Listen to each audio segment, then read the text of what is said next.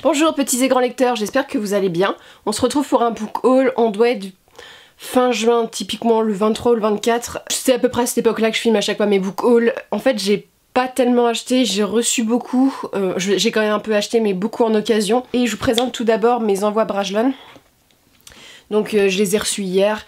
Là c'est un peu compliqué avec les envois parce que je sais pas si vous suivez un peu mais l'actualité littéraire à cause du coronavirus est un peu bouleversée. Il y a des dates qui sont repoussées, voilà il y a des livres qui auraient dû sortir il y a un mois qui sortent au mois de septembre. Mais là donc ces livres ils sont sortis normalement.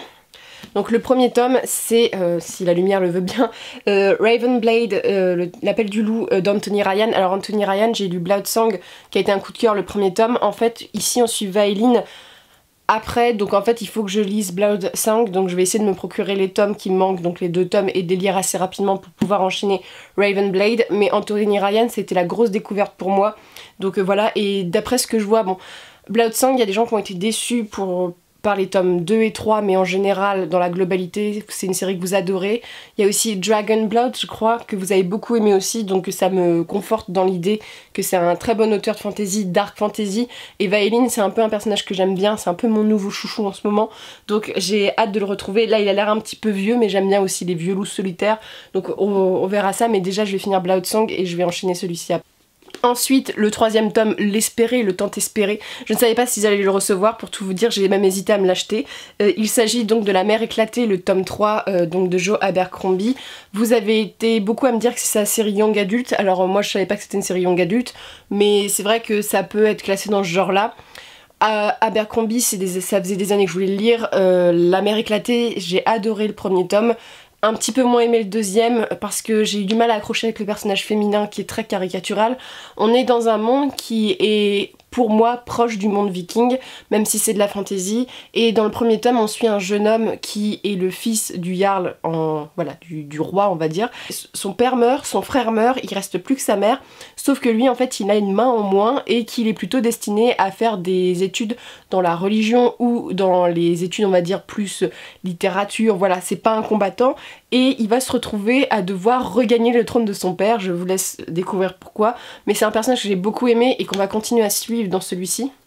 Ici on suit la princesse Kara qui a perdu son royaume et on continue de suivre Yarvi qui va mettre un peu son grain de sel comme d'habitude, plus ou moins positivement, mais j'ai hâte de découvrir ça. Et Abercrombie, je vais continuer la première loi et c'est surtout Servir froid qui me passionne depuis des années, les couvertures, tout, donc dès que je pense qu'ils seront sortis en poche, je vais me procurer Servir froid. Ensuite, alors ça c'est une petite bricasse, c'est Charakai, alors je sais pas comment on le prononce vraiment, de Bradley P. Beaulieu. Alors c'est un nom français mais avec un prénom à consonance anglophone. En fait je l'ai pris en ne sachant pas quoi ça parle, juste parce qu'il y a du désert et qu'à ce que j'ai compris c'est de la fantaisie orientale. Vous avez été même plusieurs à me le conseiller sous ma vidéo Fantasy Orientale, notamment au moins une personne qui me suit régulièrement, je ne sais plus comment tu t'appelles, mais je sais que tu me l'as conseillé, donc sur le coup je me suis dit, peut-être, là il était proposé, voilà.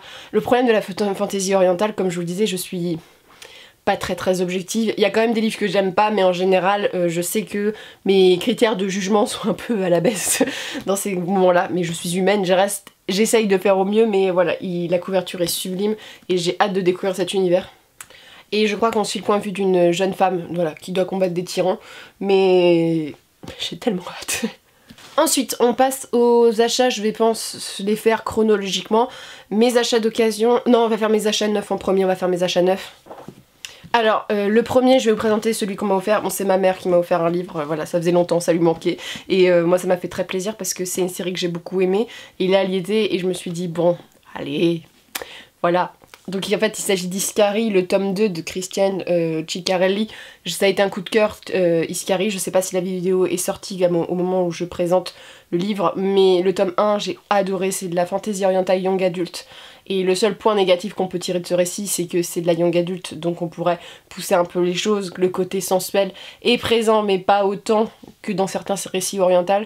Mais pour moi ça a été vraiment une très bonne lecture, j'ai adoré Iscari, je me suis laissée porter, j'ai pas voulu réfléchir pendant la lecture, j'étais vraiment portée par le récit et j'ai hâte de savoir donc ce que va devenir Asha parce qu'on sait pas trop.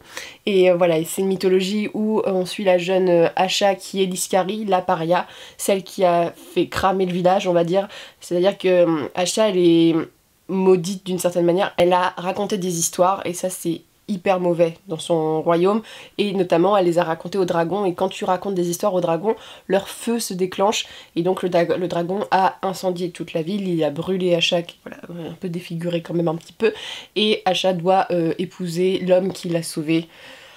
Bref, voilà, des dragons, du désert, un mariage forcé, mais qui est pas le genre de mariage forcé où en mode je tombe amoureuse du mec, non, pas du tout dans le récit, mais c'est un récit que j'aime beaucoup, donc j'ai hâte de savoir comment ça va se passer. En plus, le combat des âmes sœurs, je sais pas trop si...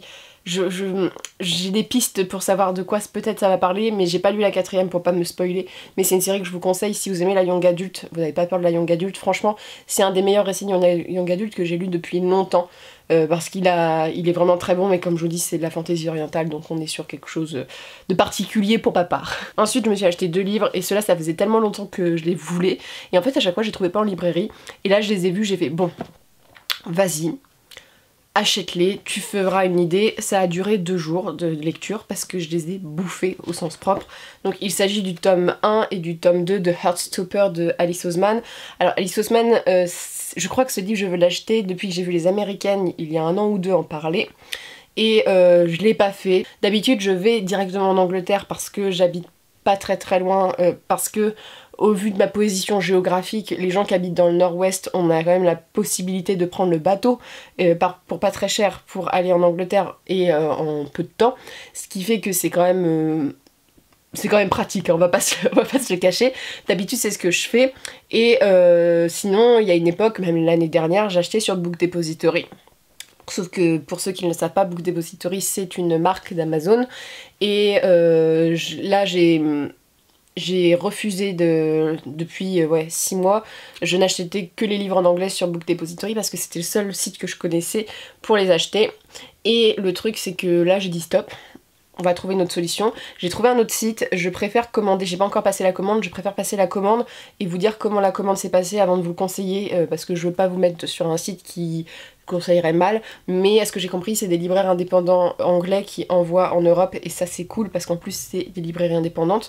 Mais bon, revenons, Heartstopper, donc je l'ai pas acheté parce que j'ai pas pu et que je l'ai pas trouvé quand la dernière fois que je suis allée en Angleterre, je suis même pas sûre qu'il est sorti.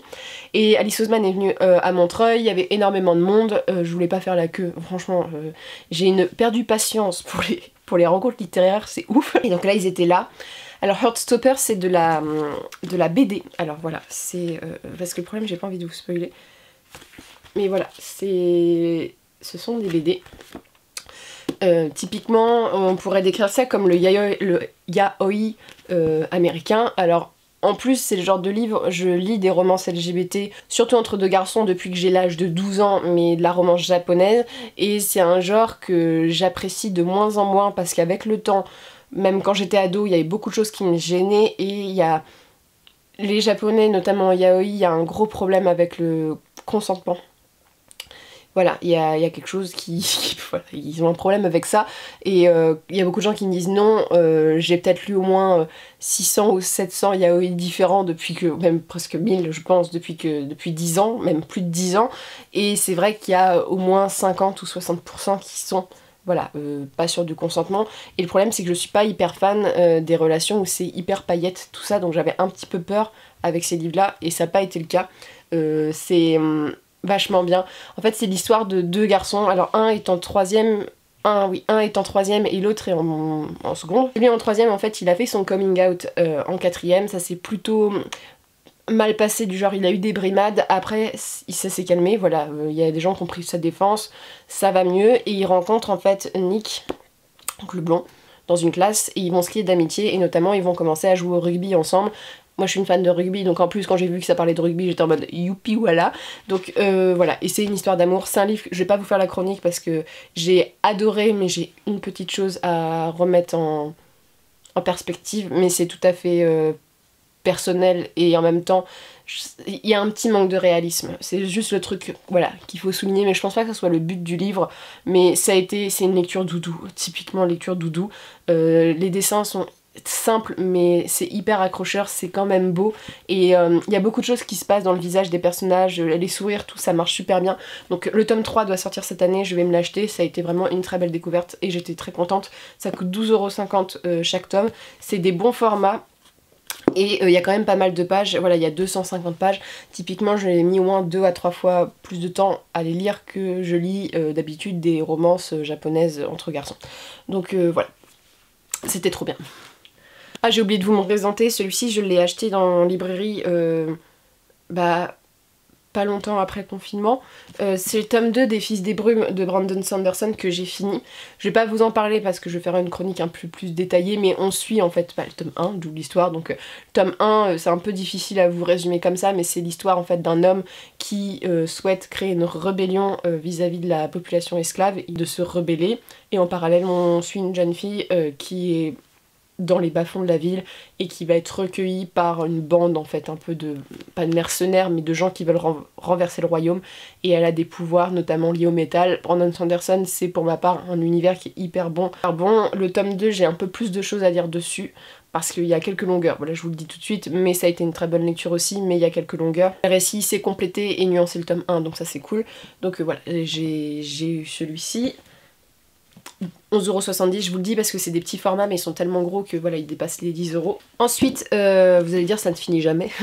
Voilà. Occasion. J'ai eu le tome 4 des Cavaliers de l'Apocalypse Pestilence, ça fait 5 ans que je cherchais ce tome en occasion, je l'ai trouvé en grand format, j'étais très contente. C'est une romance paranormale qui a été voilà, comme ça, en fait je voulais juste savoir comment ça se finit. J'ai bien aimé les 150 premières pages et comme d'habitude après la romance ça me saoule, mais ça m'a bien détendu pendant, je crois que c'est la lecture de Fils des Brumes 2.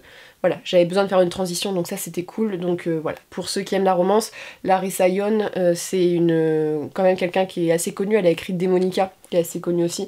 Donc en beat lit romance paranormale, c'est quelqu'un voilà, qui pèse plutôt dans le game. Et ces histoires, j'ai un bon souvenir des 3 premiers, après j'étais beaucoup plus jeune quand je les ai lus. Les romances paranormales, je les juge comme des romances paranormales, hein. Je vais pas faire une critique, je vais pas juger de la même manière, je pense, un Sanderson qu'un Larissa Yoon parce que c'est pas du tout le même public et ça a pas du tout la même volonté non plus. Mais voilà, pour une romance paranormale, je pense que ça peut plaire. Ensuite, je me suis procuré 2 petits essais sur Tolkien. Alors, celui-ci, Faerie et Christianisme, de 3 auteurs différents chez Hatsolem. Je vais avoir beaucoup de choses à dire sur ce livre parce que je vous le conseille pas tout de suite, je vous le présente, mais ce livre est spécial, on va dire. Donc je vous présenterai un update, c'est pas le temps de faire des débats là-dessus, mais voilà, il y a celui-ci. Et j'ai lu Les Mythes du Seigneur des Anneaux de François-Martin Fleutot. Donc voilà, je l'ai fini aussi chez les éditions du Rocher, qui est ici un bon résumé de ce qui a pu être fait en critique il y a 10-15 ans. Je sais pas quand il est sorti. Il est sorti en 2003 pour la sortie des films. Donc voilà, à l'époque, je pense que c'était une bonne critique. Malheureusement pour lui et pour le livre, hein, je parle, la critique littéraire autour de Tolkien a vraiment beaucoup évolué depuis la sortie des films. Donc voilà, je trouve que c'est un livre qui parle des bases et c'est intéressant. Et qui est respectueux du travail des autres, on en parlera avec l'autre voilà, dans un update lecture, mais ça a été intéressant, donc celui-là a été sympa. Et ensuite, dernière occasion, alors ça je les ai achetés dans une librairie d'occasion, et bien sûr vous allez vous dire mais elle n'a pas l'intégrale 1, mais oui ce jeu fonctionne comme ça. Donc je vais vous les présenter un par un. Donc en fait c'est Les Ombres de la Nuit de Crechley Cole, donc je les ai pris parce que j'aime beaucoup le nouveau travail éditorial de la couverture et les intégrales que j'ai lues. Quand je les ai vus, j'ai craqué dessus. C'est de la beat lit, romance paranormale. J'ai fini presque toutes mes romances paranormales et j'avais envie de découvrir un autre univers. Crechley Cole, j'en entends souvent parler, une des proues de ce genre-là. Et j'avais envie de savoir un peu plus de choses sur cet univers. Donc je pense que ça va être le genre de lecture que je vais lire peut-être après, soit cet été sous le soleil où j'ai pas envie trop de réfléchir, entre 2 gros bricasses de fantasy, ou cet hiver j'aime bien lire la romance paranormale l'hiver. Et donc j'ai eu l'intégrale 3 qui est comme ça, je vous le mets dans le bon sens, hop, l'intégrale 3, et il y a 2 petits livres qui sont sortis, celui-ci après et celui-ci après. Ils étaient à 2 ou 3 € le livre, donc voilà, j'ai sauté dessus parce que voilà, ils étaient dans les livres que j'avais envie de découvrir. Je sais pas trop si ça va être bon ou pas. Après c'est écrit gros, ça se lit vite. Tu vois, les intégraux font 1000 pages, mais pour de la romance paranormale, quand ça fait 1000 pages, moi je les lis comment dire, je peux les lire en 3-4 jours sans peine. Donc voilà, je pense que ça va vraiment être des livres pour faire 2 transitions parce qu'en ce moment, en fait, comme j'ai vidé ma palle, c'est un constat, j'ai acheté beaucoup de classiques de la fantasy, et qui dit classique dit le récit assez lourd. Par exemple, là je suis en train de lire Conan et j'aime bien, pour l'instant c'est une bonne lecture. Le problème c'est que Conan c'est pas compliqué à lire, mais c'est des univers qui sont tellement riches et tellement lourds que j'ai du mal à les enchaîner, tu vois. Là quand je vois que j'ai Terre-Mère, j'ai encore un Brandon Sanderson après, je me dis j'aimerais bien avoir des choses qui font de la transition, parce que si j'enchaîne tout, je sens que je risque la panne de lecture. Il faut aussi, et ça je me le dis, parce que en fait tous mes livres un peu de littérature générale, tout ça c'est des trucs que je trouvais au travail ou que j'avais pendant mes stages, et là bon, je travaille de chez moi, je monte ma propre entreprise, donc je ne récupère plus les livres, et voilà, en fait il faut que je prenne l'habitude en librairie d'avoir l'envie d'aller dans d'autres rayons que la fantasy, parce qu'en fait j'aime bien lire d'autres choses, et là je me dis que je lis que ça presque en ce moment, et j'ai envie de lire d'autres choses. J'ai vu des livres qui m'intéressaient, donc voilà, il faut que je passe le pas. Simplement c'est pas des genres... je sais quelle maison d'édition me plaît, par exemple 10-18, ce genre de choses, je sais à peu près, mais voilà, on va voir. J'ai vu qu'il y avait un petit essai, pourquoi ne pas acheter Amazon, quelque chose comme ça, je l'ai vu sur l'étal qui avait l'air hyper intéressant, mais voilà, j'avais acheté d'autres livres pour la part. Il y a Biscotte qui miaule à la porte, vous avez de la chance. Donc on va finir cette vidéo tout de suite parce que sinon elle va péter un scandale. Mais je vous souhaite... n'hésitez pas à me dire ce que vous avez acheté ce mois-ci, ou ce que vous avez reçu, ou ce que vous êtes en train de lire. Et je vous souhaite de très bonnes journées et de très belles lectures.